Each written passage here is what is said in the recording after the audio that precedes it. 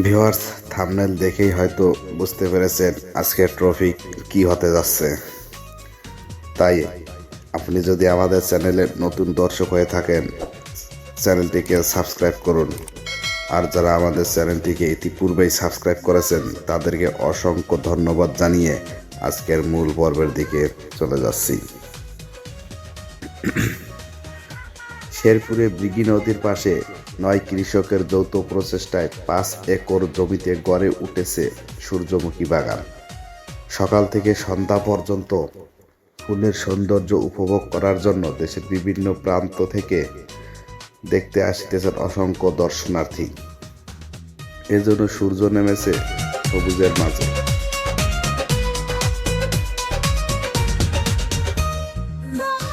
সূর্যমুখী ফুলের বাগান এটা শেরপুরের মধ্যে বৃহত্তম একটি বাগান। এইখানে প্রতি বছর একবারই হয়, আর এইখানে প্রতি বছর সবাই আসে, আসার পরে অনেক মজা করে, ছবি তুলে।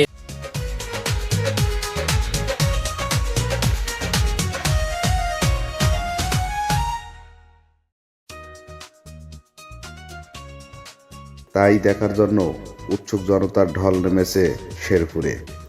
দর্শনার্থীদের ভিড় বেড়ে যাওয়ায় বাগানের প্রবেশ ফি 50 টাকা নির্ধারণ করা হয়েছে। তারপরেও প্রতিনিয়ত দর্শনার্থীদের ভিড় বেড়েই চলছে। এ যেন দর্শনার্থীদের কাছে এক ব্যতিক্রম আনন্দের নতুন ছোঁয়া।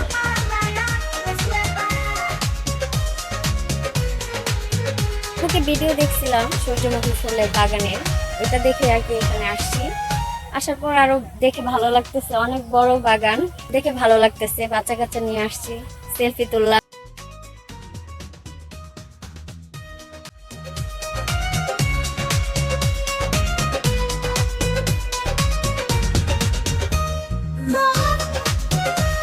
কেউ তুলিতেছেন ছবি, কেউ বানাচ্ছেন ভিডিও। দর্শনার্থীদের ভিড় বেড়ে যাওয়ায় বাগানের মালিক পেয়ে যাচ্ছেন প্রতিদিন 5 থেকে 6,000 টাকা।